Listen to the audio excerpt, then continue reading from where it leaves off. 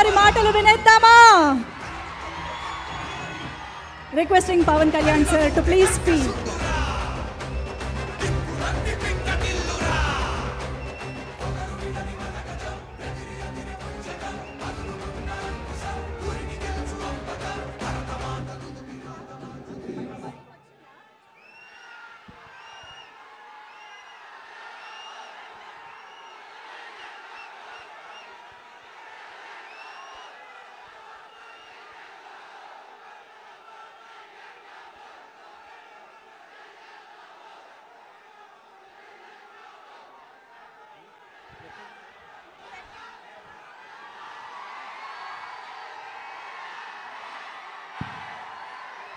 మాట వినాలి, మాట చెప్తే వినాలా?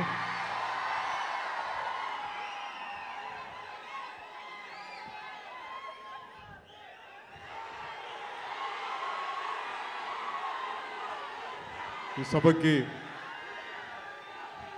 హరిహర వీరమల్లు ప్రీ రిలీజ్ ఈవెంట్కి విచ్చేసిన పెద్దలు,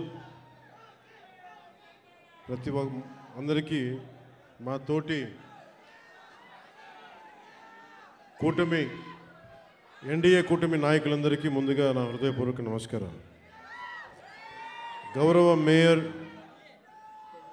first citizen of Visakhapatnam Shri Peela Srinivasarao గారికి మనస్ఫూర్తిగా నా హృదయపూర్వక నమస్కారాలు. అలాగే వంశీకృష్ణ యాదవ్ గారికి,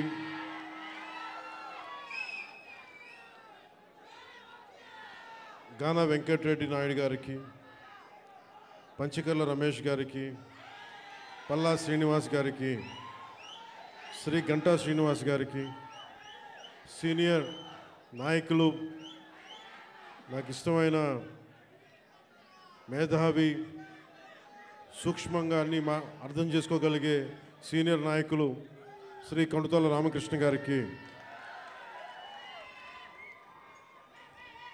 అవసరం వస్తే వీధుల్లోకి చొక్కా మడిచి ముందుకొచ్చే సుందరపు విజయ్ కుమార్కి, వెనకబడ్డ మన ఉత్తరాంధ్రాకి సంబంధించి ఉద్యోగాలు, ఉపాధి అవకాశాలు కల్పించడానికి ముందుకున్న లోకం మాధవ్ గారికి, గౌరవ శాసనసభ్యులు మాడుగుల శ్రీ బండారు సత్యనారాయణమూర్తి గారికి, మాకు ఇష్టమైన శ్రీ తమ్మిరెడ్డి శివశంకర్ గారికి, కోన తాతారావు గారికి, శ్రీ దల్లి గోవిందరాజు గారికి, ప్రతి ఒక్కరికి, నాయకులందరికీ, పేరు పేరున వీర మహిళలకి, ప్రతి ఒక్కరికి, కూటమి నాయకులందరికీ పేరు పేరున హృదయపూర్వక నమస్కారాలు. ఇక్కడికి విచ్చేసిన నా అభిమాన, నీకు నాకు 2 గుండెల దూరం, అలాంటి మీకు నా హృదయపూర్వక నమస్కారాలు. ఒక 1000 మంది వస్తే 10 మంది కూటమి చేరితే ఎలాంటి పరిస్థితులు ఉంటాయో అనే పరిస్థితుల్లో ఎంతో శ్రమ తీసుకొని పోలీస్ అధికారులందరూ కూడా సహకరించినందుకు వారికి నా హృదయపూర్వక నమస్కారాలు చెప్పబోయే ముందు, మనకి ఈ వేదికనిచ్చిన vice chancellor Andhra university professor GP Rajasekhar గారికి నా హృదయపూర్వక ధన్యవాదాలు. అలాగే commissioner of police Visakhapatnam Shri Shanka Bagchi గారికి, Shri Harendra Prasad collector district magistrate Visakhapatnam, Shrimati Ajitha Vejandla DCP 1 DCP గారికి, మీడియా మిత్రులకి, పోలీస్ డిపార్ట్మెంట్లో ఉన్న ప్రతి ఒక్క మా కానిస్టేబుల్ సోదరులకి, మా SILకి, మా CA ఆఫీసర్స్కి, DSPలకి, ప్రతి ఒక్కరికి నా హృదయపూర్వక నమస్కారం. నాకు వైజాగ్, విశాఖపట్నం నాకు చాలా గుండెల్లో ఉన్నది. అంటే చాలామంది అనుకుంటూ ఉంటారు, ఈ పవన్ కళ్యాణ్ అనేవాడు ఏ ఊరు వెళ్ళినా ఆ ఊర్లో ఉంటాడని చెప్తాడేంటి అనుకుంటా ఉంటాడు.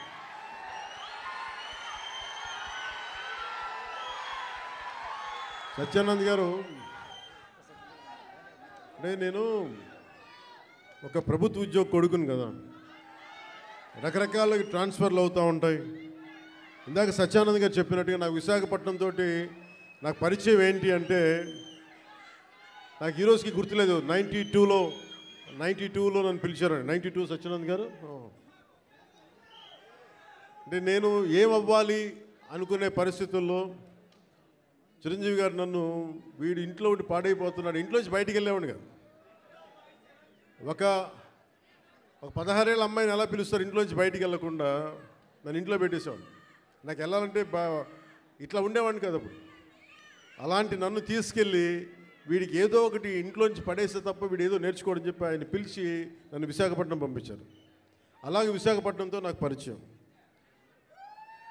అలాగే మన ఉత్తరాంధ్ర ఆటపాట బై బై ఏ బంగారు బాయి చెరువు కాడ బోరింగు నబో నబో నబరిగజలు ఎత్తుకొలుసులు ముక్కు పొడకలు నడుము సన్న నాగరాలు ఎవరు కానీ బాగోతో అబో అబో అబో అబో బేడ పరక టిక్కటి. ఇవన్నీ ఎక్కడి నుంచి వచ్చినాయి నాకు అంటే, ఎదుగో ఆయన పుణ్యం. ఉత్తరాంధ్ర ఆట పాట నా గుండెల్లో నా అణువున నింపేశారు. అలాగే అంటే అలాంటి విశాఖపట్నం సినిమాలకే కాదు, ఇదే నోవాటెల్లో ఒక 2 సంవత్సరాల క్రితం నలిపేస్తే నువ్వు బయటికి రాకూడదు కారులో నుంచి కూడా అని అప్పుడున్న పోలీసు ఉన్నతాధికారులు నలిపేస్తే, నోవాటెల్లో ఉంటే భయభ్రాంతుల్ని చేస్తే, హోటల్ రూముల్ని బూట్లతోటి కొడితే, అరెస్ట్ చేయాలని ప్రయత్నం చేస్తే, విశాఖపట్నం మొత్తం వచ్చి మన నోవాటెల్ ముందుకు వచ్చింది. అంత బలమైన మెమరీ కూడా ఇచ్చింది, జ్ఞాపకం.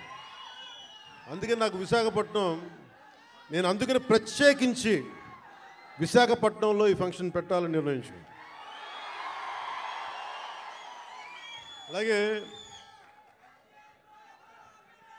మాట వినాలాగండి. అలాగే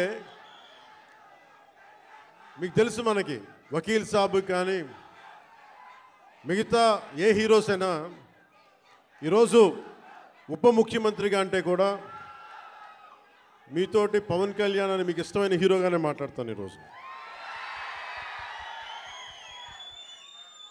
అంటే అందరి హీరోల సినిమాలకి డబ్బులు 150 రూపాయలు 200 ఇస్తే, పవన్ కళ్యాణ్ స్పెషల్ ఏంటంటే 10 రూపాయలు 15 రూపాయలు టికెట్ గత ప్రభుత్వం.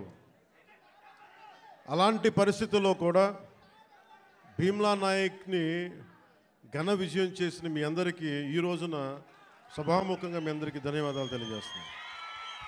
యావత్తు తెలుగు ప్రజానీకానికి, ఆంధ్ర ప్రజానీకానికి, రాష్ట్రానికి. ఇలాంటి పరిస్థితుల్లో గౌరవ ముఖ్యమంత్రి శ్రీ నారా చంద్రబాబు నాయుడు గారి నాయకత్వంలో కూటమి ప్రభుత్వం ఏర్పాటు చేసిన తర్వాత సినిమాటోగ్రఫీ శాఖ జనసేన తీసుకున్నప్పటికీ కూడా ఇది మన ఇబ్బందిగా అంటే మనం తీసుకోకూడదు అని చెప్పేసి ప్రత్యేకించి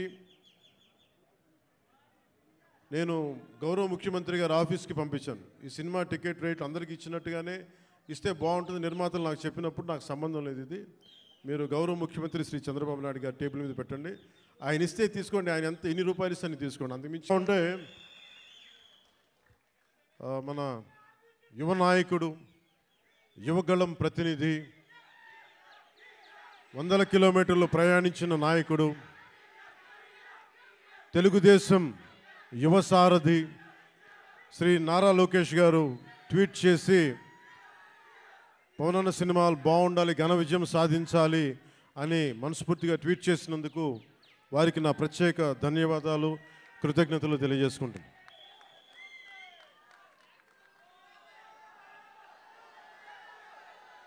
అలాగే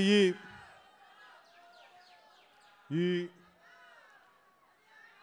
ఈ ప్రమోషన్ ముఖ్యంగా ఒక నెల రోజులుగా ఇంటర్వ్యూల మీద ఇంటర్వ్యూస్ ఇస్తా. అంటే తన ప్రతి దానికి సినిమాకి ఒక ఆకర్షణతోటి ముందుండి సినిమాని ప్రమోట్ చేసిన శ్రీ మిస్ నిధి అగర్వాల్ గారికి మనస్ఫూర్తిగా నా కృతజ్ఞతలు తెలియజేస్తాను. ఈరోజు నేను మీ ముందుకు వచ్చాను ఇలాగా. నిన్న అన్ని ఏకదాటిగా పొద్దున్నుంచి రాత్రి 12 దాకా ఇంటర్వ్యూస్ ఇచ్చాను అంటే, అలాగే ఈరోజు మీ ముందు నిలబడ్డాను అంటే ఆవిడ చేసిన పనికి నాకే సిగ్గొచ్చి మన సినిమాని మనం ప్రమోట్ చేసుకోకపోతే ఎట్లా.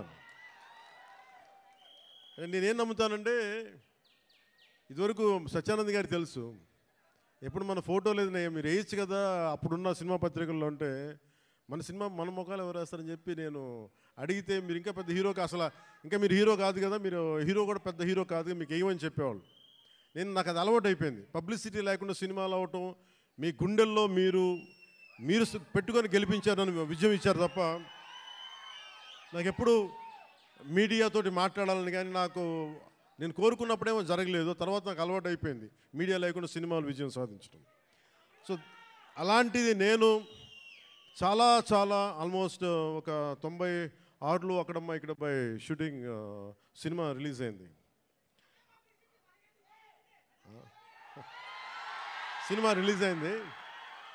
ఆ రోజు నుంచి ఈ రోజు దాకా ఎప్పుడు నేను చాలా ఏదో ఒక ఆడియో ఫంక్షన్ చేయటం. ఎందుకంటే నాకు సినిమాని మీరు చూడండి అని చెప్పడం నాకు చాలా సిగ్గుగా ఉంటుంది, ఇబ్బందిగా ఉంటుంది. అలాగే మిమ్మల్ని ఓటు వేయండి అని అడగడానికి ఎంత ఇబ్బంది పడుతున్నాను, అలాగే నా సినిమా చూడడానికి చెప్పడానికి కూడా చాలా ఇబ్బంది. అందుకని నేను అంటే ఎప్పుడు నాకు ఇవ్వడమే తెలుసు కానీ నాకు అడగడం నాకు తెలియదు. ఒక డోలీలకి వెళ్ళే గ్రామాలకి రోడ్లు వాళ్ళు అడగకుండా నేను వేయించగలను. మన ప్రత్యర్థులు మన తిట్టిన పార్టీ సర్పంచులకు కూడా సమానంగా డబ్బులు పంచగలను ప్రతి సర్పంచ్కి. సో నాకు ఇవ్వడమే తెలుసు కానీ అడగడం తెలియదు. కానీ నేను అడగక్కర్లా, మీరు ఇస్తారని నాకు తెలుసు. అలాంటిది cinema I love you to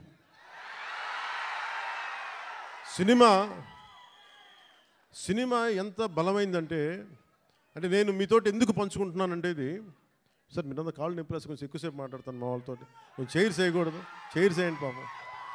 ప్రతిసారి నేను మాట్లాడుతూ ఉంటే నలిగిపోతూ ఉంటే కొంచెం ప్రశాంతం కూర్చుంటాను. కొంచెం చైర్స్ ఉన్నాయా? కొంచెం చైర్స్ వేయించండి. నించోవాలా? కాదు, నేను కాదు, వాళ్ళు. అంటే నాకు విశాఖపట్నం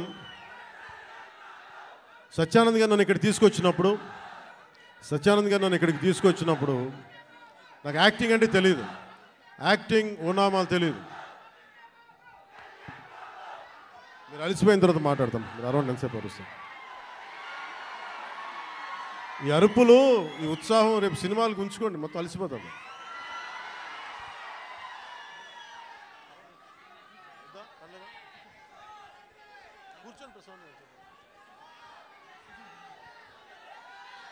నేను మీతోటి నా అనుభవాలు పంచుకుంటాను.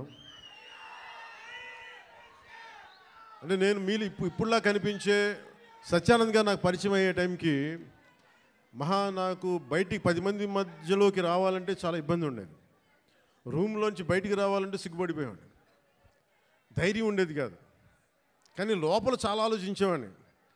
ఏదన్నా సరే బయటకు వచ్చి ఏదైనా మాట్లాడాలి, గొంతు పెగల్చాలి అంటే లోపల బిగుసుకుపోయేది, భయం వచ్చేది, గొంతంతా ఉండలు చుట్టుకుపోయేది. అలాంటి సమయంలో మా అన్నయ్య గారు అడిగారు, నువ్వు ఏమవ్వాలని ఉందరా అంటే, నేను చాలాసేపు ఆలోచించాను. జస్ట్ బతకాలి ఉందని చెప్పాలనుకున్నా. ఆ మాట అంటే కొడతాడని చెప్పలే, ఏదో తెలివితేటలు చూపించుకున్నా. కానీ నాకు లోపల ఏముండిందంటే, నాకే కోరికలు లేవు. నాకు చిన్నప్పటి నుంచి నాకు పెద్ద ఏం కోరికలు లేవు. ఏదో మామూలుగా బతకడం తప్ప ఒక హీరో అవ్వాలనో లేదంటే సాధించాలనో లేదు. కానీ చిన్నప్పటి నుంచి ఉన్న ఒకే ఒక్క మూల లక్షణం ఏంటంటే, అన్యాయం జరిగితే ఎదురుదాడి చేయాలని ఉంటుంది. నాకే జరగక్కర్లే, అలాగే సహాయం చేయాలనిపిస్తుంది. ఈ 2 లక్షణాలు తప్ప సినిమాలు చేద్దామని కానీ డబ్బులు సంపాదించాలని కానీ నాకు ఆలోచన లేదు. అలాంటి నాకు చదివేవాడిని. అలాంటి నాకు వీని ఇలా వదిలేస్తే ఎటు కాకుండా పోతాడని మా అన్నయ్య గారికి భయం వేస్తుందేమో. ఒక రోజున సత్యానంద్ గారిని పిలిపించి, ఆయన మంచుపల్లికి సినిమాలో ఆయన ఒక అసిస్టెంట్ డైరెక్టర్గా పనిచేస్తారంట. ఆయన పిలిపించి, ఈయన ఢిల్లీ నేషనల్ స్కూల్ ఆఫ్ డ్రామాలో ఆయన అక్కడ చాలా పాల్గొని నేర్చుకుని ఆయన అలాంటి వ్యక్తిని తీసుకొచ్చి నాకు నన్ను ఆయనకి అప్పచెప్పి చేయమన్నారు. ఆయనకి నేను ఎంత ఇబ్బంది పెట్టేవాడినంటే, మీరు ఒకసారి రండి సత్యానంద్ గారు, మీ కష్టాలు చెప్తాను. ఇప్పుడు దాకా తెలియదు కదా ఎవరికి నేను ఆయన ఎలా ఇబ్బంది పెట్టేవాడిని. ఆయన వచ్చి కూర్చొని చాలా డైలాగులు చెప్పేవాళ్ళు. బాబు మీరు ఇలా చదవండి, ఇలా రాయండి అని చాలా పేపర్లు ఇచ్చేవాళ్ళు. నేను రూమ్లో తీసుకెళ్ళామండి. మనం ఒక పని చేద్దాం సార్, అలా బయటికి వెళ్దారండి అని చెప్పి, మా అన్నయ్య తిడతాడని చెప్పి బయటికి తీసుకెళ్ళి, సార్ రేపు చేద్దామండి, ఈరోజు కొంచెం అలవాటు చేసుకుందాం. మళ్ళీ ఈయన కూర్చోబెట్టి చాలా పెద్దగా మాట్లాడేస్తే నాకు సిగ్గు అనిపించేది, కొంచెం చెమటలు పట్టేసాయి.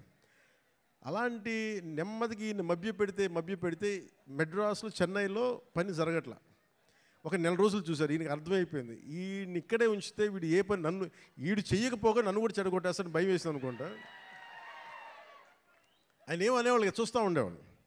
సో నన్ను ఫైనల్గా ఏం చేశారంటే, మా అన్నయ్య చిరంజీవి గారికి ఏం చెప్పారంటే, తమ్ముడిని నేను విశాఖపట్నం తీసుకెళ్తానండి, అక్కడ కొంచెం నాకు టీం అంతా ఉంటుందండి అని తీసుకెళ్ళి నన్ను ఇక్కడ పడేశారు. మధ్యలో పడేస్తే నేను ఈయనంటారు కూర్చోబెట్టి నడిచే డ్యాన్సులు చేసే ఇవంటే నాకు సిగ్గుతో చచ్చిపోయేవాడిని. ఎలారా వీళ్ళందరూ యాక్టర్స్ అవుతారు, ఎలారా వీళ్ళందరూ చేస్తారు అనుకునేవాడిని. మరి మెల్లిగా నా చేత కొంచెం సిగ్గు, చిన్న మ్యూజిక్ ఫస్ట్ నాకు నేర్పించిందల్లా ప్రారంభించింది సరస్వతి నమస్తుభ్యం అనే ఒక ప్రార్థనతో నాకు నా నటన శిక్షణ మొదలైంది. అందుకే సరస్వతి దేవికి అని నాకు ఈ రోజుకి గుర్తు. ఆయన సరస్వతి ప్రార్థన రోజు పొద్దున్నే చేయించి నాకు క్లాసెస్ పెట్టేవాళ్ళు, ప్రారంభించేవాళ్ళు.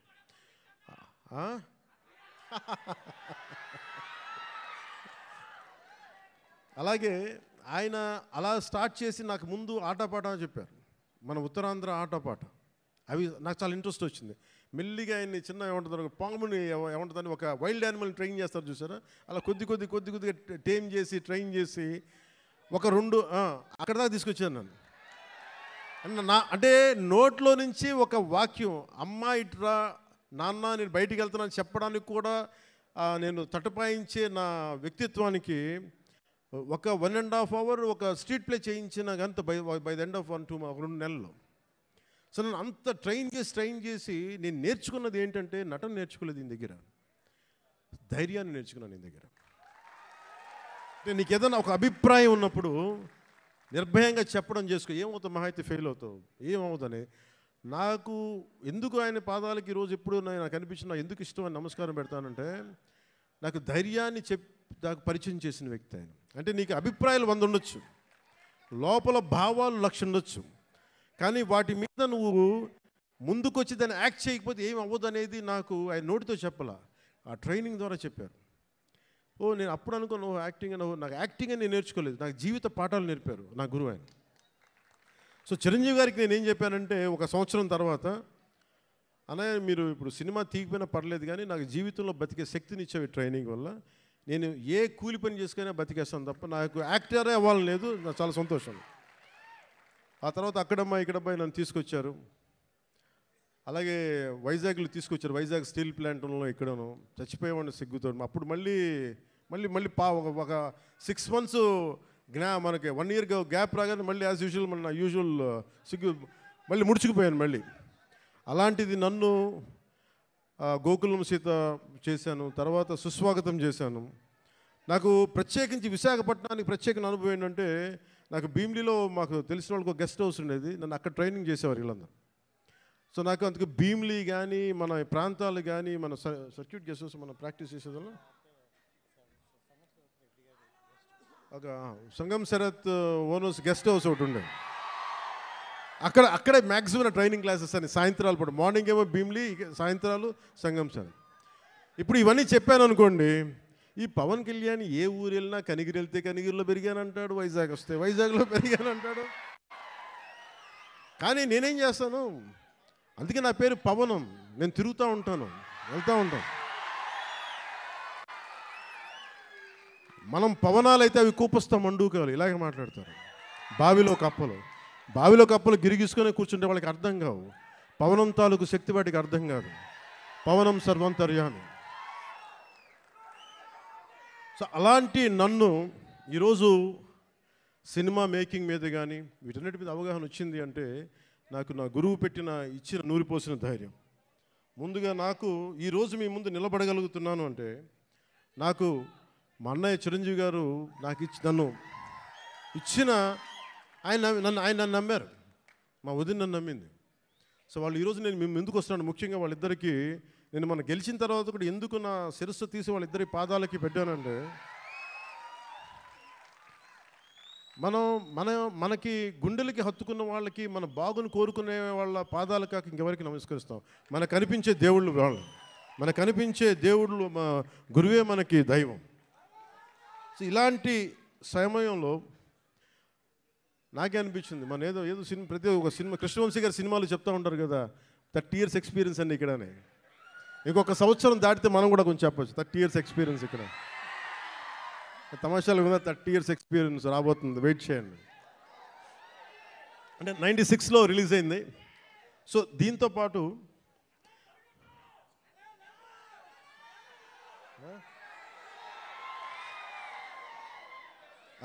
అలాంటి నాకు యాక్టింగే కష్టం అనుకుంటే మళ్ళీ నా అవసరాలు అంటే నేను బాగా చదివేవాడిని.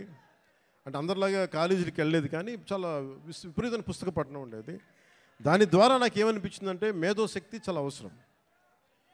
కానీ నాకు ఫిల్మ్ మేకింగ్ మీద, సినిమా క్రాఫ్ట్మెన్షిప్ మీద ఇవన్నీ నాకు ఇంట్రెస్ట్ వచ్చి స్క్రీన్ ప్లే రైటింగ్ కావచ్చు, స్టోరీ రైటింగ్ కావచ్చు, లేదంటే డైరెక్షన్ కావచ్చు, టెక్నికల్ ఆస్పెక్ట్స్ కావచ్చు, ముందు ఇవి అలవాటైనాయి.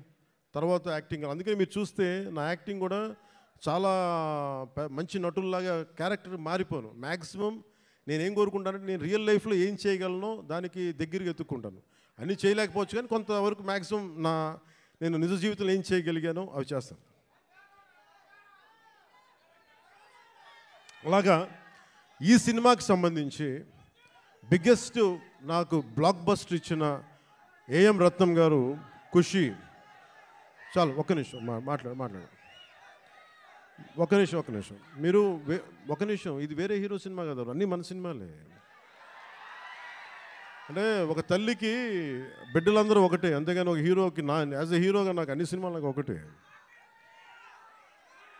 ఇదేంటంటే నాకు ఒక బ్లాక్ బస్టర్ని ఇచ్చిన ఏఎం రత్నం గారికి నా మీద కోరికతోటి, ఆయన ఇష్టంతో, మిమ్మల్ని చూడి ఒక పెద్ద సినిమా తీయాలి అనే కోరికతోటి డైరెక్టర్ క్రిష్ గారు ఒక 2019 ఇప్పుడు 18 ఆ సమయంలో నాకు ఒక కథ చెప్పి, అది నేను 2019లో ఓడిపోయిన తర్వాత ఈ సినిమా ఒక్క నిమిషం ఇబ్బంది కొంచెం చాలు ప్లీజ్ సార్, అది వినాలి, మనోడు చెప్తున్నాడు, అది వినాలండి. అంటే ఇలాంటి సమయంలో నాకు కథ చెప్పి ఒక పీరియడ్ ఫిలిం అని చెప్పి చాలా ఇబ్బందులు పడ్డాం. అది 2 కరోనా సీజన్స్ వచ్చినాయి, 2 కరోనా వేవ్స్ వచ్చినాయి, నలిగిపోయాం. తర్వాత మీకు తెలుసు విశాఖపట్నం గొడవలు, తర్వాత గౌరవ ముఖ్యమంత్రి గారిని మనకి రాజమండ్రి ఎపిసోడ్ మీకు తెలుసు.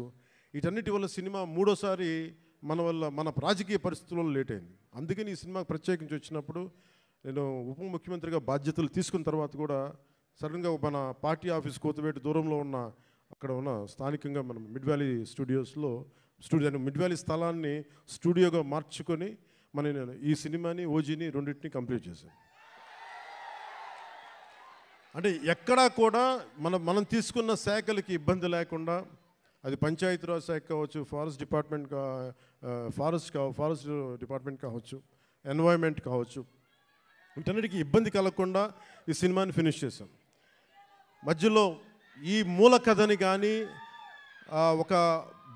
ఒక బలమైన శాతం, అంటే దాదాపు ఒక 30%, 40%, దాదాపు 30% ఆ సినిమాని కృషి డైరెక్ట్ చేసినట్టున్నారు.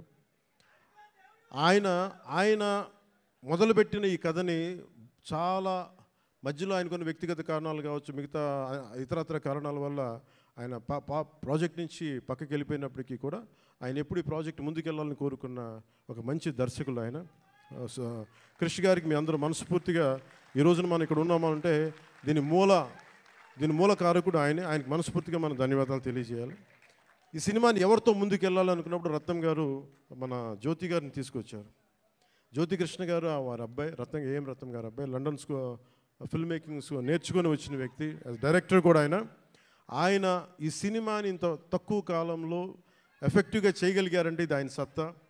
తర్వాత కృష్ణ గారు రాసిన ఒరిజినల్ స్క్రీన్ ప్లేకి ఆయన మార్పులు చేర్పులు అన్నీ పట్టుకొచ్చి చాలా పగడ్బందీకి ఈ రోజున 2 గంటల 34 నిమిషాలు అనుకుంటాను, అపార్ట్ ఫ్రమ్ మిగతా అన్ని టైటిల్స్ పక్కన పెడితే చేయగలిగారంటే దానికి జ్యోతి కృష్ణ గారు తీసుకున్న విపరీతమైన శ్రమ.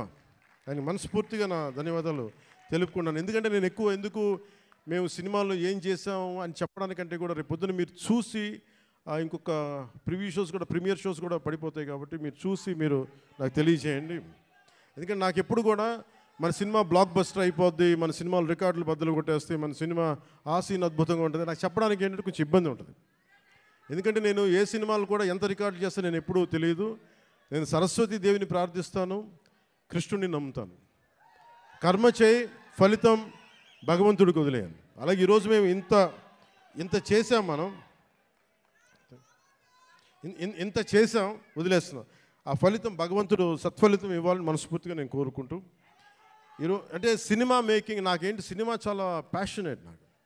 అలాగే నాకు ఈరోజు నేను ఒక టెరానికల్ అంటే ఒక నియంత్రణ పోకడలతో ఉన్న ఒక ప్రభుత్వాన్ని ఎదుర్కోగలిగామంటే ఆ శక్తి సంపద మీరిచ్చింది, నాకు సినిమానిచ్చింది. సో ముందుగా మీ అందరికీ నా ధన్యవాదాలు తెలుపుకుంటూ, అలాగే ఎగ్జిక్యూటివ్ ప్రొడ్యూసర్ దయాకర్ రావు గారికి, జ్యోతి కృష్ణ గారికి, మన డానిష్ గారికి, Jammu and hails from Jammu and Kashmir and right your from Jammu and Kashmir right from Kashmir ఆయన అంటే భారతదేశం అంటే నేను చెప్పాను అంటే ఎంత ఇంట్రెస్టింగ్ ఉంటుందంటే film making. Nidhi Agarwal is from northern part of the India, he is from Kashmir. మేమేమో ఇక్కడి నుంచి వస్తాం. అలా ఒక్కొక్క యాక్టర్ని తీసుకుంటూ కొంతమంది విదేశాల నుంచి వచ్చారు. అంటే ఫిల్మ్ మేకింగ్ సినిమా అనేది దీనికి కులం లేదు, మతం ఉండదు, రేస్, రిలీజియన్, లింగ్విస్టిక్ బ్యారియర్స్ ఏముండవు. మేమందరం కూర్చొని దేనికి పనిచేస్తామంటే మీకు ఆనందం కలిగించాలి. ఒక బలమైన కథ చెప్పేటప్పుడు మీరు థియేటర్లో కూర్చొని ఇలా కొట్టి బాగుంది ఆహా అనిపించాలి, దానికోసం ఒక ప్రయత్నం చేస్తాం అందరం. నేనంటే కదా ఏ హీరో అయినా సరే, ఏ ఫిల్మ్ మేకర్ అయినా సరే, ఇలాంటి మేమందరం కష్టపడుతున్నప్పుడు నాకు చాలాసార్లు అనిపించేది ఈ సినిమా సరిగ్గా రూపుదిద్దుకుంటుందా ఎట్లా ఉందో ఇప్పుడు ఒక భయం ఉండేది నాకు. కానీ ఎప్పటికప్పుడు ఒక చిన్న ట్రైలర్ రిలీజ్ చేసి కృషి గారు దాని మ్యూజిక్ నాకు ఎప్పుడు ఒక జీవాన్ని పోసేది.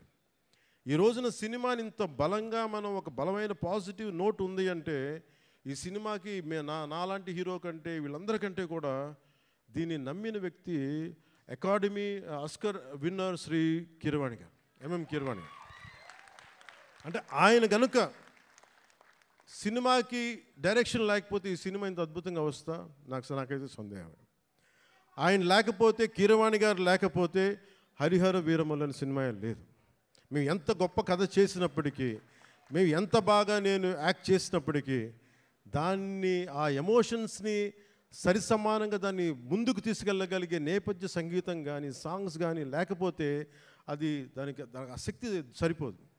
అలాంటిది ఆయన ఇలాంటి మన అలాంటి ఒక ఆస్కర్ అవార్డు గ్రహీత మన విశాఖపట్నంకి వచ్చి లేదంటే మన హైదరాబాద్కి వచ్చి అక్కడ శిల్పకళా వేదిక కావచ్చు, ఇక్కడ మన ఈ వేదిక కావచ్చు, ఇక్కడికి వచ్చి చేస్తున్నారంటే ఒక అకాడమీ అవార్డు విన్నర్ మన దగ్గరికి వచ్చి మన ఆడిటోరియంస్లో కూర్చున్నట్టు అది మనందరం చేసుకున్న అదృష్టం, మన భారతదేశం చేసుకున్న అదృష్టం. అంటే మాకు తెలుగు పాట అది నాటు కదా, నాటు అని చెప్పి ఒక పాట కొడితే దానికి ఆస్కార్ వస్తుందా అని మనం ఎవరైనా సరే జ్యోతిష్యం చెప్తే నమ్ముతాం. కానీ దాని శక్తి రాజమౌళి గారు లాంటి దర్శకులు కావచ్చు, దాన్ని తీసుకెళ్ళిన రామ్ చరణ్ గారు, జూనియర్ ఎన్టీఆర్ గారు కావచ్చు,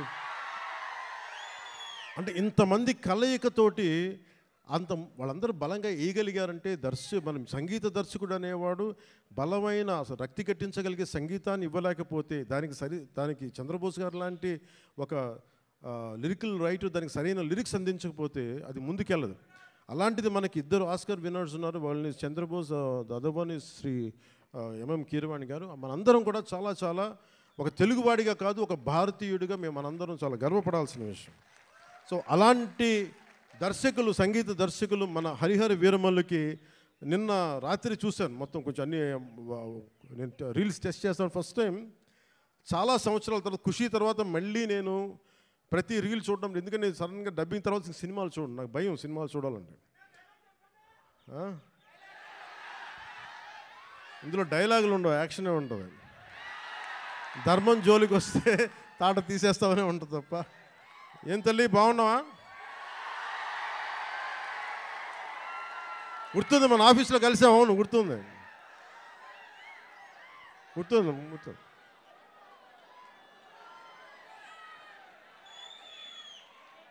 మాట్లాడదాం.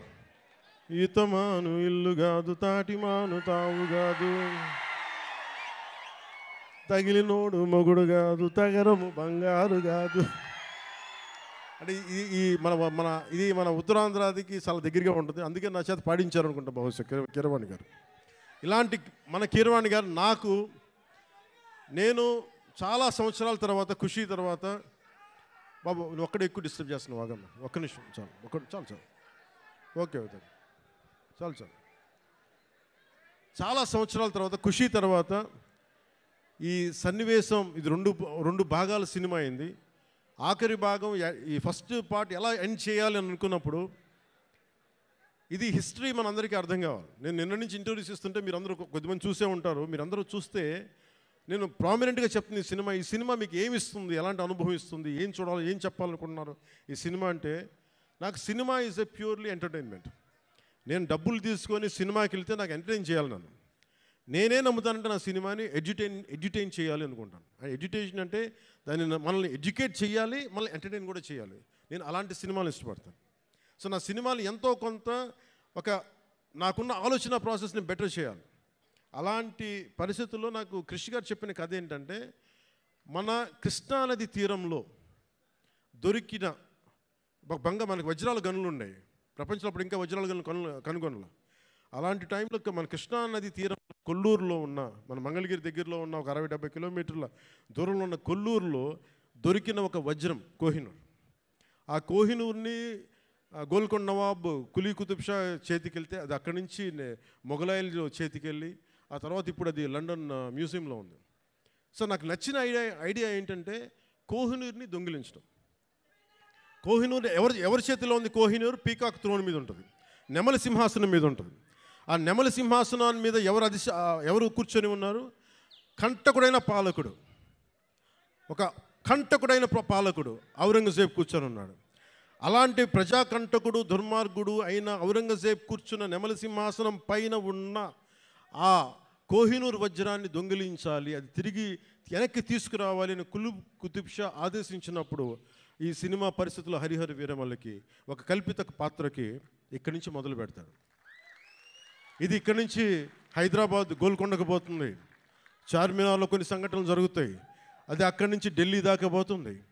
ఢిల్లీ ఈ మొదటి భాగం ఎక్కడ ఆగుతుందంటే, ఢిల్లీ కోటకి, ఎర్రకోటకి వెళ్ళబోయే ముందు ఎట్లాగైతేనూ చివరి దాకా వెళ్ళాడు, ఎక్కడ అతను ఔరంగజేబ్ కలుసుకున్నారా లేదా అనేది, ఎలా ఎదుర్కొన్నారు, తర్వాత ఏం జరిగింది అనేది సెకండ్ పార్ట్. సో ఈ సినిమా ఏం చేయగలదు మనం అనుకుంటే, నేను ఎప్పుడు కూడా, చాలామంది సనాతన ధర్మం అంటే ఇది నాట్ అగేన్స్ట్ ఎనీ రిలీజన్.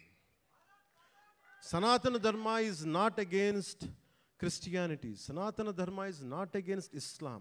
సనాతన Dharma is something which unites us all. అందరిని కలుపుకు తీసుకెళ్ళేది.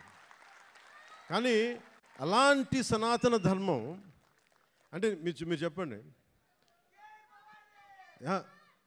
అలాంటి సనాతన ధర్మాన్ని అంటే ఇమాజిన్, ఔరంగజేబ్ లాంటి పాలకుడు పరిపాలించే సమయంలో మనం ఊహించుకోగలమా? ఒక రోజున ఇదే భారత వనిలో, ఇదే భారత నాడులో నువ్వు హిందువుగా ఉండాలంటే జిజియా ట్యాక్స్ పే చేయాలి అని.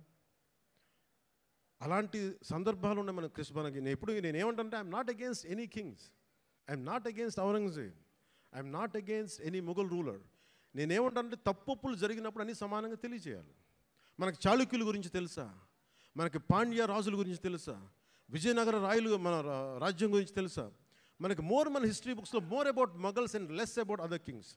సో ఈ సినిమా ఏమి ఎక్స్పోజ్ చేస్తుంది అంటే, ఈ సినిమా ఈ ప్రాసెస్లో కోహినూర్ని తెచ్చే ప్రాసెస్లో హీరోకి జరిగే కొన్ని సంఘటనలు ఏం జరుగుతాయి అంటే, జిజియా ట్యాక్స్ పే చేయడం. నువ్వు హిందూగా వెళ్ళాలి అంటే నువ్వు పన్ను కట్టాలి. సో పన్ను ఆ కట్టే సమయంలో that is the action episode ఉంటుంది. అంటే ఒక రిలక్టెంట్ వారియర్, యుద్ధంలో పాల్గొనాలని లేదు వాడికి, ఎదుర్కోవాలని లేదు, తన బతుకు తను బతకాలనుకునేవాడు. అలాంటి వ్యక్తికి ఎలాంటి పరిస్థితులు వచ్చినా ఎలా తిరగబడ్డాడు, ఆ కోహినూర్ వజ్రం వెళ్ళే ప్రాసెస్లో ఏమేమి జరిగినాయి, అది బేసిక్గా ఈ ఫస్ట్ పార్ట్ కథాంశం. సో మేము కోరుకున్నది ఏంటంటే, ప్రత్యేకించి నేను ఎందుకు డిజైన్ చేసిన యాక్షన్ సీక్వెన్స్ అంటే, నాకు పోరాటాలు చేసేటప్పుడు ఒక్కడిని కొడితే 10 మంది చెల్లా చెదురు పడిపోవడం నాకు నా రేషనల్ మైండ్కి, నా లాజికల్ మైండ్కి ఇబ్బందిగా ఉంటుంది. ఇంకా నేను మార్షల్ ఆర్ట్స్ చదివాను, దాన్ని ఫిలాసఫీ చదివాను, నేర్చుకున్నాను, ప్రాక్టీస్ చేస్తాను. ఈ మధ్యన పాలిటిక్స్కి వచ్చి వదిలేశాను, కానీ లేదంటే నేను రెగ్యులర్లీ నేను ఎస్క్రీమ్ అంటే మార్షల్ ఆర్ట్స్ని ప్రాక్టీస్ చేస్తూ ఉంటాను. ఎందుకంటే నేను strong mind, strong body with strong mind is essential for every human. ఇది నేను నమ్ముతాను. అంటే ఒక బలమైన శరీరం ఉండాలి, ఒక బలమైన మనసుతో పాటు బలమైన శరీరం కూడా ఉండాలి. ఇది నేను నమ్మేవాడిని మనస్ఫూర్తిగా. అందుకే నేను మార్షల్ ఆర్ట్స్ని చాలా బలంగా నమ్ముతాను. సో అందుకని నాకున్న సెన్స్ నాకేమనిపిస్తుంది, ఇలా చేద్దాం అంటే ఫైనల్గా ఆ ఎంటైర్ ఎపిసోడు ఎలా చేస్తే బాగుంటుంది. నా కళ్ళ ముందు నేను హిందూగా జిజియా ట్యాక్స్ పే చేయాలి అంటే ఏమేం జరుగుతాయి సంఘటనలు అని చెప్పి నేను ఆ సమయానికి ఆ టైమ్స్కి వెళ్ళి ఏమేం జరిగితే ఎలా జరుగుద్ది ఈ ఊహించుకునే ప్రాసెస్. అందుకే నా లాస్ట్ 18-20 minutes నేను కన్సీవ్ చేయాల్సి వచ్చింది. అది అవసరార్థం, అది నాకు ప్రూవ్ చేసుకోవాలని కాదు, కానీ ఇలా చేస్తే బాగుంటుంది, అలా చేస్తే బాగుంటుంది అని చెప్పి మొత్తం ఆ సీన్ కన్సీవ్ చేసి తిరిగి ఎగ్జిక్యూట్ చేసే టైంలో నేను నేర్చుకున్నాను కాబట్టి మార్షల్ ఆర్ట్స్. వీటిని అంటే నేను చెప్పేది ఇది ఎక్స్ట్రాడినరీ మార్షల్ ఆర్ట్స్ అని కాదు, కానీ చాలా రియలిస్టిక్గా ఎంత చేయగలమో అంత ప్రయత్నం చేశాం. దానికి కీరవాణి గారు అందించిన మ్యూజిక్ నాకు నిజంగా నిన్న రోమాలు నిక్కుపొడిచి అంత అద్భుతంగా అందించారు. సో ఈ సినిమా మీకు ఇంకో 9:30కి మీకు ప్రీమియర్ షోస్ పడబోతున్నాయి యూఎస్లోను, ఇక్కడ మీకు. అందుకే మీ సమయాన్ని ఎక్కువ వేస్ట్ చేయను. 7:15 అయిపోతుంది కాబట్టి బాగుంటుందని మీ అందరికీ తెలియజేసుకుంటూ, నాకు ఈ అవకాశాన్ని ఇచ్చిన మీ అందరికీ, ప్రతి ఒక్కరికి పేరు పేరున ధన్యవాదాలు తెలుపుకుంటూ, నాకు కోరిక ఉంది ఈ సినిమా అన్న ఎంతసేపు ఒక మంచి హిట్ ఇవ్వనా అంటే నేను భగవంతుని కోరుకున్నా ఒక గబ్బర్ సింగ్ లాంటి హిట్ మా అభిమానుల కోసం ఇవ్వమని. అలాగే ఈ రోజున నాకు నటనలో ఓనామాలు దిద్దుకున్న నా విశాఖపట్నం నేల నుంచి నేను భగవంతుని సరస్వతి దేవిని కోరుకుంటా ఉన్నాను.